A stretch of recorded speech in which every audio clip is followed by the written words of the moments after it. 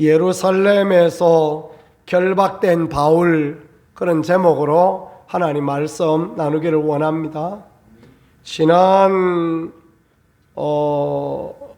주말에 만들었던 제목인데, 예루살렘에서 바울이 결박되어진 것처럼 오늘 우리 대통령님도 또 결박되어지는 그런 모습을 보면서 참 마음이 찹찹하고 안타깝다, 그런 생각을 그렇게 해보았습니다. 사람이 돈을 어디에 쓰는가, 그걸 보면 그 사람의 우선순위가 무엇인가라는 것들이 그대로 이렇게 드러나게 되어져 있습니다. 이런 거 하는 데는 돈을 아까워하지 않습니다. 예를 들면 미식가들은 그렇습니다. 그냥 맛난 것을 늘 좋아하는 사람은요, 맛있는 음식을 먹는다 그러면 돈을 아까워하지 않습니다. 저 멀리 가도 문제가 없고, 가격이 비싸도 문제가 없고, 뭐 줄을 서도 문제가 없고, 그런 부분을 보이죠. 그래서 제주도의 그 돈가스집, 이름도 제가 잊어버렸네요. 그 유명한 돈가스집에는 밤새 줄을 서고 그 난리를 치죠, 그죠? 돈가스가 뭐 별거 있겠습니까? 돈가스가 돈가스지. 먹어보면 고놈이지.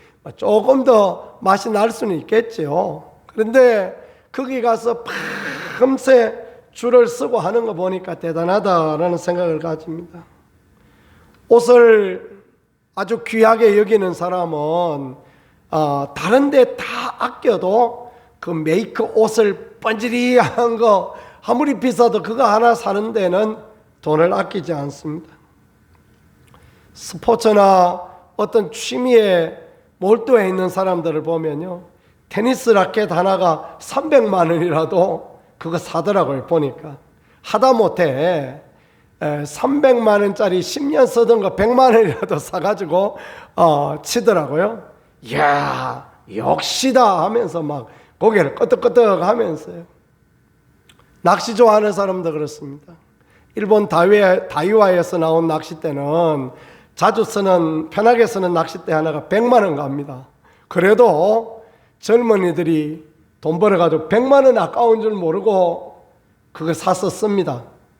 문제는 1, 2, 3, 4, 5, 6, 7, 8, 9번까지 있는데 2번 대가 똑 부러지면 한국 낚싯대는 5천 원이나 만 원 주면 사거든요. 근데 그거는 20만 원입니다. 그런데도 여전히 100만 원짜리를 사서 쓰면서 야, 역시 좋다. 제가 들어봤는데 뭐 그놈이나 제가 쓰는 거나 별 차이 없더만은 그래 막 좋다, 그런 이야기를 합니다. 성경은 어디에 관심을 두고 성경은 무엇에 집중하고 있는가, 어디에다가 투자하고 있는가, 어디에다가 지면을 할애하고 있는가, 우리가 성도로서 정말 뭘 중요하게 생각하고 어디에 관심을 둬야 될 것인가라는 것을 잘 보여주시는 그런 부분이 되어지겠습니다. 예를 들면 신약의 첫 번째 나오는 4가지 복음서, 보통 사복음이라 그러죠. 마태, 마가, 누가, 요한, 이렇게 4가지 복음서가 있는데, 이 복음서들은 예수님이 하셨던 일들, 예수님의 마지막에 고난의 사건들, 여기에 모든 핵심이 맞춰져 있습니다. 마태, 마가, 누가는 우리가 믿음 생활하는데 가장 핵심을 둬야 될 것이 무엇이냐? 그분이 하나님의 아들 예수 그리스도이시다. 그분이 오셔서 어떤 일을 하셨고, 그래서 우리가 그 예수님 닮아 어떤 일을 해야 되며, 그분이 우리를 위하여 어떻게 고난당하고 어떻게 죽으셨다라는 것을 보여줌으로써 우리가 그 사랑, 그 은혜를 늘 생각하며 살아야 한다라는 것을 보여주고 있습니다. 사도행전이 많은 부분을 할애하고 있는 것은 바울의 고난입니다. 그리고 바울의 복음을 향한 열정. 사도행전 21장에 바울은 예루살렘 올라가는데 28장 마지막 절까지 이제 그가 어떻게 로마까지 가게 되어졌으며 그 가는 과정에서 어떻게 복음을 전하고 하나님의 살아계심을 경험하는가, 그런 이야기들이 쭉 이렇게 기록되어져 있습니다. 우리가 살아가면서 예수님을 잘 알고 신앙의 깊이와 넓이의 삶을 살 때 우리가 복음을 위하여 고난을 당하고 또 복음을 위하여 열심을 내고 또 주의 나라 복음을 위하여서 최선을 다하는 것이 얼마나 귀하다라는 것을 정확하게 보여주는 그런 부분입니다. 이 말씀들을 듣고 또 읽고 묵상할 때 우리에게 복음의 거룩한 열정이, 하나님을 향한 믿음이 샘솟듯이 늘 솟아날 수 있는 그런 은혜가 있기를 간절히 축복합니다. 몇 가지 오늘 예루살렘에서 붙들린 바울 이야기를 해보려고 합니다. 첫 번째는 예루살렘에서 오해받고 붙들린 바울, 그런 부분을 생각해 보고자 합니다. 27절에 보니까 그 이래가 거의 참에 그랬습니다. 아마 그 이래, 그러니까 이 이래는 나시린의 절기를 지키라, 나시린의 절기를 같이 지키라 말했던 야고보의 그 조언을 따라서 나시린의 결례를 행하였던 이래였을 것으로 추정되어집니다. 그러니까 그러지 않아도 되는데 복음에 끄리낌이 없게 하기 위하여서, 이방인 교회와 유대인 교회가 하나 되어지게 하기 위하여서 바울은 나시린의 규례를, 나시린 해지의 규례를 같이 지키기로 했죠. 참 귀한 분입니다. 그랬는데 그 이래가 거의 찼을 때 아시아로부터 온 유대인들이 성전에서 바울을 보고 그랬습니다. 아시아는 어디를 말하는 것입니까? 뭐 한국, 중국, 일본 이런 아시아가 아니고요, 소아시아 말하는 것입니다. 예를 들면 뭐 에베소, 그 다음에 그 위에 있는 뭐 비시디아, 안디옥 이런 터키 지역에 있는 그런 사람들, 그 사람을 아시아인이라 그렇게 표현하거든요. 그 터키 지역에서 사도 바울이 복음 전할 때 시기하고 질투하고 바울 때문에 어렵다고 생각했던 사람들, 그 사람들이 성전에 와서 바울의 얼굴을 알아봐요. 그리고 모든 무리를 충동하여 그를 붙들고 그랬습니다. 모든 사람들을 충동하여서 거짓말을 하는데, 자 28절입니다. 이스라엘 사람들아 도우라. 이 사람은 각처에서 우리 백성과 율법과 이것을 비방하여 모든 사람을 가르치는 그자다.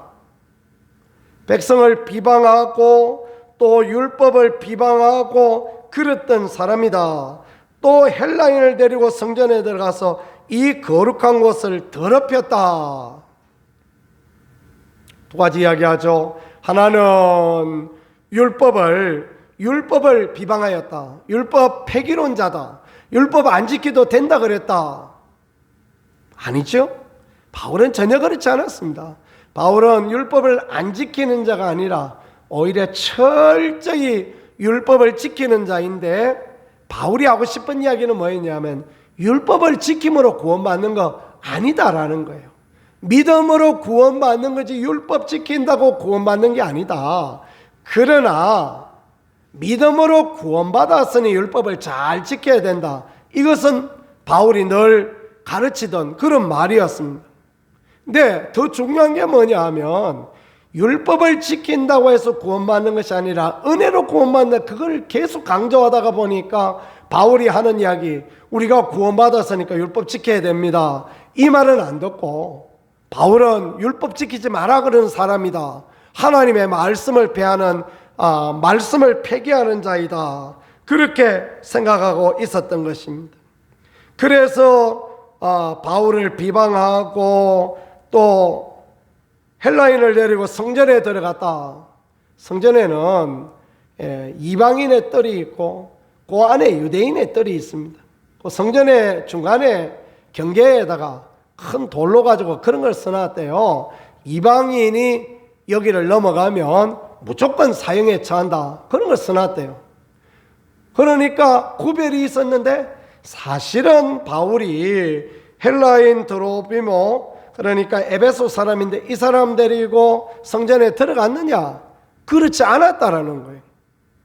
그런데 보고 싶은 대로 보고 듣고 싶은 대로 듣고 말하고 싶은 대로 말하던 이 사람들이 바울에게 누명을 씌워가지고 그 바울을 성전에서 잡아서 옥매는 그런 일을 했다라는 것을 오늘 이렇게 말씀이 가르쳐주고 있는 그런 부분이 되어지겠습니다.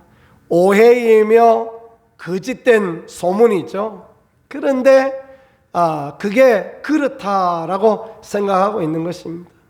참으로 무섭고 두려운 것 중에 하나가 무엇이냐 하면요, 가치관입니다. 올바른 가치관이 없으면 안 들으려고 그럽니다. 여러분, 세상 사람들을 교회 와서 설교 들으라 그래 보세요. 쉬운 설교를 하는데, 아주 평범한 이야기를 하는데 못 알아들어요. 도대체가 저 무슨 소리를 하는지 벌 날라리 하는 것 같다, 그런 이야기를 합니다. 윙윙윙윙윙 그래서 벌 날라리 하는 것이 무슨 이야기를 하는지도 못 알아듣겠다. 여러분, 제 얘기가 뭔 이야기인지 알아들으시겠습니까? 잘 알아들으시겠죠, 그죠? 근데 도대체 무슨 이야기를 하는지 못 알아듣겠다, 그런 분이 계세요. 사실 제가 그분이 교회에 왔을 때는 제가 설교를 배울 때였거든요. 설교를 배울 때였는데 이런 걸 배울 때였습니다. 그러니까 성경 이야기 한번 하고 그 성경에 맞는 예화 이야기 한번 하고, 그 다음에 그 예화에 맞는 적용 이야기 한번 하고, 단어도 똑같은 걸 씁니다. 예를 들면 결박에 대한 이야기를 쓰면 결박된 예화를 쓰고, 우리가 결박 가운데에서, 이 세상의 결박 가운데서 어떻게 살아가야 될 것인가, 도대체 이게 알아들을 수 없는 이야기입니까? 분명하게 알아들을 수 있는 이야기를 따박 3개에 걸쳐서 똑같이 이렇게 평행으로 가지고 이렇게 설명을 하는데도 뭔 이야기인지 못 알아듣겠다 그러더라고요. 참 안타깝죠, 그렇죠? 우리가 가지고 있는 가치의 문제가 그렇습니다. 그러니까 우리가 가지고 있는 유신론적인 하나님 제일 중심의 절대 신앙을 가지고 있는 우리와 유물론적인 사고를 가지고 있는 사람들의 생각이 정말 판이하게 다릅니다. 그래서 무슨 말인지를 알아듣지 못하고 오히려 기도하고 살아계신 하나님 이야기를 하면 맹신자, 광신자라고 표현하고, 그렇게 할 때가 얼마나 많은지 모르겠습니다.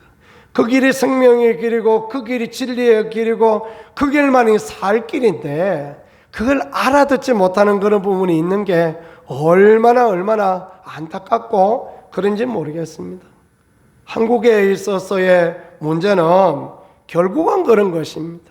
이 좌파와 우파가 나누어져서 서로 말을 못 알아들어요. 말을 못 알아듣고 자기 말만 자꾸 하는 거예요.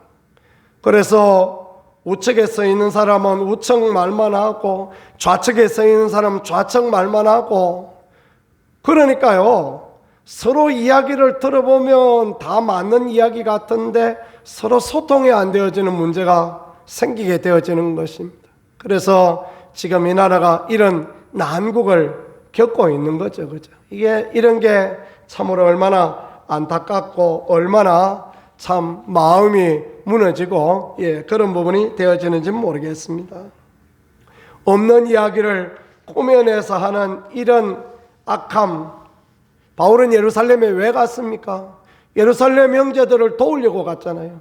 그 성경 헌금 가져가서 예루살렘 교회를 도우려고 갔는데, 바울이 그 예루살렘의 유대인 출신 그리스도인들에게도 미움을 받고, 또 유대인 출신의 유대인들에게도 유대인 출신의 유대교인들에게도 미움을 받고, 그래서 붙잡히게 되었으니 참 이게 얼마나 안타까운 일입니까?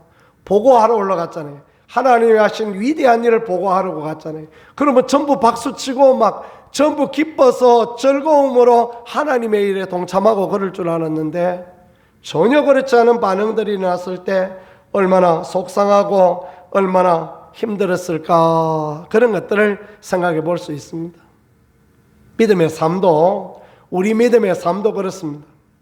우리가 막 열심히 성령에 충만해서 막 열심히 하면 사람들이 이상한 말을 할 때가 있죠.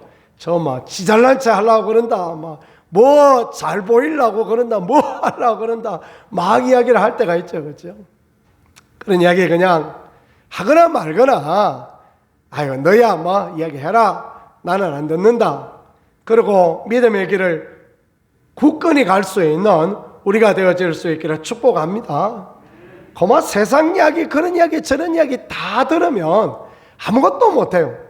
그 이야기가 우리의 마음을 행복하게 하고 즐겁게 하고 기쁘게 하느냐? 아닙니다. 낙심되게 하고 절망에 빠뜨리고, 아이고 그래요, 내가 뭐 그렇게 열심히 할 게 뭐 있어, 그런 마음이 들게 하는 게 사단의 장난인 것입니다. 들어서 마음이 서늘해지고 그러면 야, 이거 악한 마귀 장난이구나. 들어서 그냥 성질이 잔뜩 나오면 이거 악한 것이 장난하는 것이구나. 그러지 않고 들어서 마음의 은혜가 되어지고 마음이 뜨거워지고, 그래 내가 열심히 더 해야지, 그러면 성령님이 하시는 이야기구나, 그렇게 이해하면 되시겠습니다. 그렇게 믿음으로 달려나가는 우리가 되어질 수 있기를 소망합니다. 30절에 보니까 온 성이 소동하여 백성이 달려와 모여 바울을 잡아 성전 밖으로 끌고 나가니 문들이 곧 닫히더라. 성전에 있는 문이 닫혀버렸다. 이게 무슨 의미를 하느냐 하면요, 성전에서 소동이 일어났잖아요.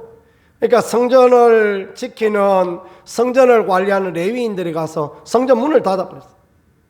만일에 바울이 잘못을 하고 만일에 바울이 죽을 위기에 처해 있지만, 그렇다 할지라도 성전에 뿔을 잡으면, 그러면 어떤 죄를 지었든지 간에 용서해주고 그런 법이 있단 말이에요. 그런데 이 소란이 일어나니까 아이고 저 소란스러운 거 하고 문 닫아 들어오지도 못하게, 하나님의 나라를 위하여 장가도 안 가고 그래 열심히 주의 나라를 위하여 40에 하나 감암매를 5번이나 맞고 그렇게 일했던 사람을 이렇게 홀대하니 얼마나 마음이 무너지고 그랬겠습니까? 근데 여러분, 그 다음에 31절을 보면 놀라운 반전의 은혜가 있고 우리가 위로받을 만한 이야기가 있어요. 31절에 보니까 그들이 그를 죽이려 할 때에 온 예루살렘이 요란하다는 소문이 군대의 천부장에게 들림에 그랬습니다. 천부장 루시아라는 사람의 귀에 그 이야기가 들려요. 지금 사람들이 막 난리가 나가지고 지금 한 사람을 죽이려고 거진 반 죽였다, 그런 이야기가 천부장에게 들립니다. 그랬더니 천부장은 급히 군인들과 백부장을 거느리고 달려 내려가니 그들과 천부장과 군인들을 보고 바울 치기를 그치는지라 그랬습니다. 천부장이 막 급히 내려가는데 왜 내려가느냐? 소란이 일어나고 소동이 일어나면 안 되거든요. 천부장은 그 지역 사회에 그 소란을 잠잠케 하는 그런 치안 책임자단 말이에요. 이 천부장 오늘 말하자면 경찰서장인 것입니다. 경찰서장이 이 식민지 나라에서 난리가 나면 안 된다, 얼른 내려가는 거예요. 천부장은 소란을 잠잠하게 하려고 내려갔는데 실제는 하나님이 천부장을 보내셔서 바울을 살리고자 하는 하나님의 선한 뜻이 있어서 그렇게 하신 것인 줄을 믿으실 수 있기를 축복합니다. 하나님 그렇게 하시는 거예요. 하나님께서 믿음은 들음에서 난다 말씀하신 것처럼 천부장 루시아에게 들리게 하는 거예요. 그 바울의 소문이 들리게 하는 거예요. 야야 얼른 가거라. 하나님 막 그렇게 마음에 감동을 주셔서 지금 천부장 내려가는 것입니다. 그래서 바울을 구출합니다. 어떻게 하느냐?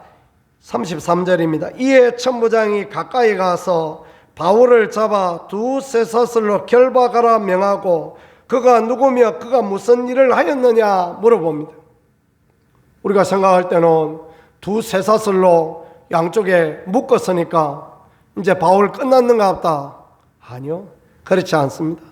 바울을 보호하고 이 성난 폭도들로부터 바울을 보호하여서 안전하게 하려고 그렇게 천부장에게 묶이게 하는 것입니다.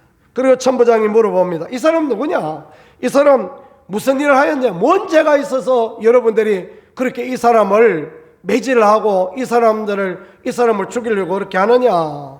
34절 보세요. 무리가 가운데에서 어떤 일은 이런 말로 어떤 일은 저런 말로 소리치거늘 그랬어요. 천부장이 소동으로 말미암아 진상을 알 수 없어 그를 영내로 데려가라 명하니라.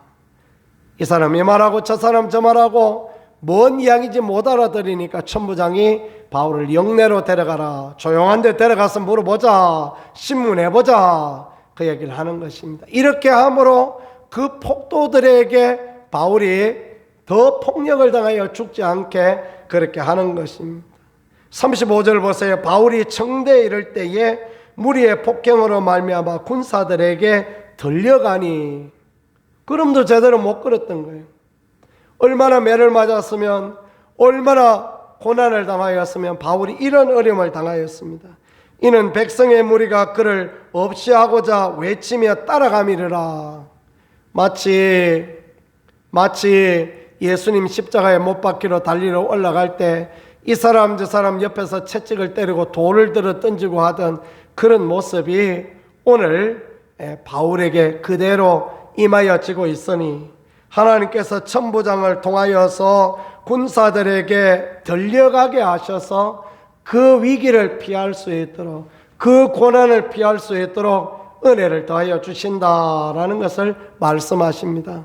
하나님을 따라 믿음을 따라 의의 길 진리의 길을 가며 바른 길을 가는 자를 하나님이 이렇게 불쌍히 여겨주시고 하나님이 회복시켜 주시고 하나님이 살려주시는 것을 믿으실 수 있기를 축복합니다.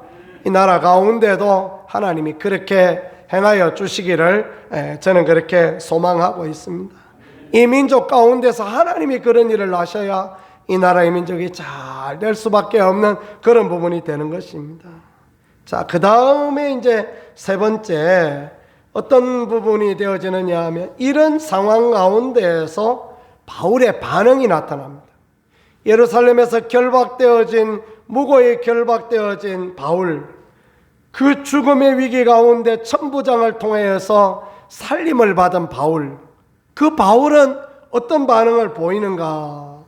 바울이 영내로 들어가려고 할 때 천부장에게 말합니다. 37절입니다. 내가 당신에게 말할 수 있느냐? 더 쉬운 표현을 쓰면 내가 당신에게 할 말이 있는데 해도 되겠습니까? 이렇게 물어보는 거예요. 그러니까 천부장이 깜짝 놀라면서 아니 네가 어떻게 헬라 말을 할 줄 아느냐? 당시의 유대인들은 헬라어를 쓰지 못했다고 합니다. 그들은 아람어만 쓰고 있는데 바울이 유창하게 그리스 말을 하고 있거든요. 바울은 왜 그리스 말을 하고 있느냐 하면 지금 이 사람이 로마 천부장 아닙니까? 천부장 루시오는 로마 사람이에요. 그러니까 그리스 말을 함으로써 내가 이제 이 사람들하고 다르다 그런 것을 보여주는 거죠. 그러니까 천부장이 깜짝 놀라서 네가 어떻게 그리스를 할 줄 아느냐? 헬라어를 할 줄 아느냐? 헬라어 배워보니까 쉽지가 않습니다. 아주 어렵습니다. 어떻게 이렇게 헬라어를 할 줄 아느냐? 그러면서 당신이 4,000명 자객극 내리고 광야를 가던 애굽 사람이냐? 그러니까 바울이 이르되 나는 유대인이라 그럽니다. 소비 아닌 길리기아 다소시의 시민이니 청컨대 백성에게 말하기를 허락하라. 나는 이 예루살렘에 온 사람들하고 다르고 나는 할 말이 있으니까 말하기를 허락하라. 그래서 천부장이 허락하거늘 바울이 청대 위에 서서 백성에게 손짓하여 매우 조용히 한 후에 히브리 말로 말하니라. 뭘 말했을까요? 그 다음 장에 보면 나오는데, 어떻게 자기가 예수님을 만나게 되었는가? 어떻게 변화되었는가? 어떻게 하나님의 아들 예수님을 믿어야 하는가? 그런 부분을 말하고 있다라는 것입니다. 놀랍지 않습니까, 여러분? 바울은 누명을 썼습니다. 오해를 받았습니다. 그래서 다 죽기까지 매를 맞고 스스로 걸어가기도 힘들 만한 그런 형편 가운데 있었습니다.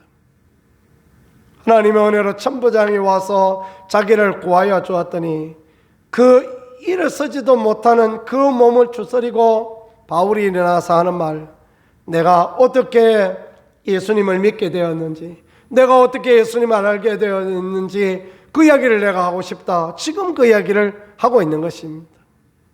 복음이 영혼을 살리고 복음이 회복이고 복음만이 하나님의 역사다라는 것을 정확하게 알고 있는 바울, 그는 나는 죽더라도 나는 여기서 이제 마지막 말이 있다면 나는 복음을 전하고 죽겠다. 그런 마음으로, 그런 열정으로 하나님의 귀한 복음, 그 생명과 은혜와 축복의 복음을 전하고 있는 그런 모습을 오늘 바울은 우리에게 보여주고 있는 것입니다. 세상의 사람들이 멋진 연설을 하는 거 들어보니까 참 귀합니다. 버락 오바마 미국 대통령도 참 연설을 잘하는 분 중에 한 분이죠. 버락 오바마보다 연설을 더 잘했던 분이 우리 노무현 전 대통령이셨던 것 같습니다. 내가 오늘 여러분들한테 할 이야기 많이 적어 왔는데요. 이것만 내려놓고 한번 이야기해 봅시다. 딱 넣더니만은 앞에 딱 쳐다보고 이야기하시는데, 야, 어떻게 그렇게 명쾌하게, 그래서 변호사 하셨는가 모르겠습니다. 그죠? 말 잘하면 변호사 하라 그래서 그런가. 그런데요, 그 논리만 명쾌한 것이 아니라 그 생각하는 것들이 명쾌하고 분명합니다. 물론 그분도 좀 진보적인 색채를 많이 가진 분이셨지만 그래도 솔직하고 담백하게 그렇게 말할 수 있는 부분은 정말 대단하다라는 것을 그렇게 생각했습니다. 그거보다 더 잘하는 게 바울의 말입니다. 바울은 사실 연설에 뛰어나지 못했다고 합니다. 설교에는 영 그식했다고 합니다. 그래서 고린도 사람들이 말하기를 당신의 글을 읽었을 때는 힘이 있고 한데 당신의 말은 시원찮다, 뭐 그런 이야기를 했던 그런 것이 이제 고린도서에도 나오고 있습니다. 그럼에도 불구하고 자기들 왜 모르겠습니까? 자기가 청산유수처럼 막 쫙 잘하는지 아니면 막 자기 이야기하면 전부 다 고개 숙이고 있는지 왜 모르겠습니까? 그죠? 알지만은 그럼에도 불구하고 해야 될 일이 뭐냐? 죽기까지 해야 될 일은 복음 전하는 것이요, 입이 있다면 해야 될 일이 복음 전하는 것이요, 그래서 한 영혼이라도 더 살리는 것이 주님의 뜻이다. 그러니까 바울은 그 많은 교회를 세우고 그 많은 사람들을 주께 인도하고, 그래서 마지막 갈 때에도 주님이 영광의 면류관을 나한테 주시겠다, 그런 아름다운 믿음의 고백을 할 수 있는 거 아니겠습니까? 말 잘한다고 복음 잘 전하는 게 아닙니다. 그죠? 말 잘못해도 아무 상관없어요. 벙어리라도 아무 상관없어요. 그냥 우리가 얼마나 열정과 열망을 가지고 주님을 사랑하는 마음으로, 사람을 사랑하는 마음으로 하는가, 이게 참으로 하나님 앞에 귀하고 아름다운 그런 부분이 되어지겠습니다. 우리가 하는 모든 연설보다 귀한 것은 복음을 나누는 것입니다. 부끄러워서 쑥스러워서 예수 믿으세요 그 이야기를 얼굴 쳐다보지도 못하고 고개 숙이고 한다 할지라도 그게 귀한 것이고, 예수 믿고 천국 가세요 그러고 난 뒤에 그냥 민망해서 뛰어서 돌아서서 도망가더라도 그래도 잘하는 것이요. 왜냐하면 복음은 이 땅 가운데서 영혼을 살리고 사람을 살리고 영생을 주는 유일한 길이 복음. 그 복음은 미련한 것 같고 연약한 것 같지만 하나님의 능력이기 때문에 그런 것입니다. 이 바울의 모습은 얼마나 귀하고 얼마나 복된지 모르겠습니다. 그래서 저와 여러분이 누명을 써도 어려운 일을 당하여도 낙심하지 말고 하나님은 반드시 천부장 루시오를 세워주시고 우리에게 하나님의 은혜를 더하여 주시는 모든 것이 염려하여 선을 이루게 하시는 하나님이시다라는 것을 생각하며 어느 때라도 기회가 되든지 못 되든지 간에 복음, 언제라도 생명의 복음, 영생의 복음을 나눌 수 있는 우리가 되어진다면 하나님께서 너무너무 기뻐하시고 하나님이 좋아하시는 아름다운 사람, 복된 사람 되어질 줄 믿습니다. 그런 모든 은혜가 우리들 모두에게 있기를 우리 주 예수 그리스도 이름으로 간절히 축복합니다. 말씀을 생각하면서 우리 같이 하나님 앞에 잠깐 기도하겠습니다. 이 나라 불쌍히 여겨주시고 이 민족의 은혜를 더하여 주옵소서. 그렇게 하나님 앞에 기도하고 어떤 상황 가운데서 우리가 하나님을 기대하고 하나님을 바라고 또 복음을 하나님의 하실 위대한 일을 기대하는 우리 복음을 전할 수 있는 우리 되어질 수 있게 인도하여 주옵소서.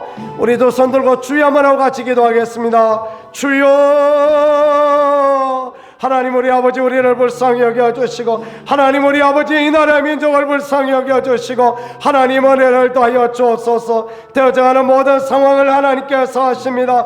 최선의 길이 어떤지 하나님께서 하십니다. 누명을 당하고 억울한 일을 당하여도 하나님이 역사하시고 인도하여 주시는 줄 믿습니다. 천부장